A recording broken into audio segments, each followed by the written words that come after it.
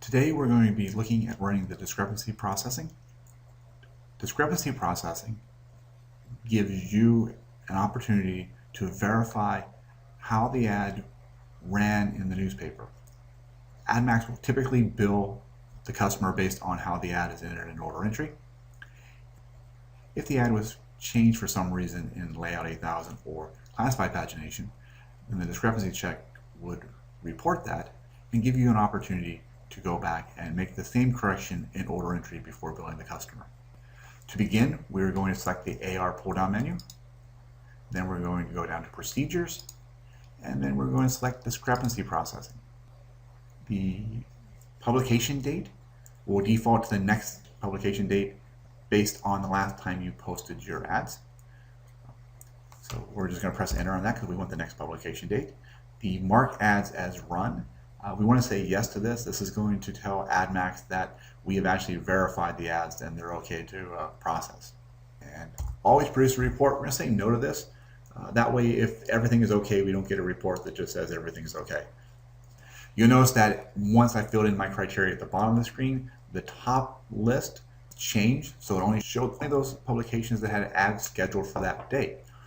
So you can select multiple publications just by clicking on the date, the box next to it, and process all of them at once, or you can just select one publication and do one at a time. I am going to select the Daily News Retail. I am going to say OK to process it. It's going to ask me if I'm sure I want to run. I'm going to say run the discrepancy, and it produces a report. And since I told it to only produce reports if there's an error, I know I've got at least one problem for the Daily News. And I do. It's telling me that the ad number 140, which is my test ad, is in a hold queue. A hold queue is a way of stopping an ad from appearing in the paper because the customer's over their credit limit, or they're required to prepay, or maybe the sales rep just put it in a hold status just to get a chance to verify it. So this ad didn't run in the paper because it was in a hold status. Now I have two options. Once I close the report, I'll see a list of all of the discrepancies that it found. And in this case, I only see the one discrepancy, and just a summary of what I saw in the report. Ad number 140, ad is in a hold queue. So one of my options here is I can ignore this discrepancy. If I ignore this discrepancy, that's basically saying, even though it didn't run in the paper, it's okay to bill the customer for this ad.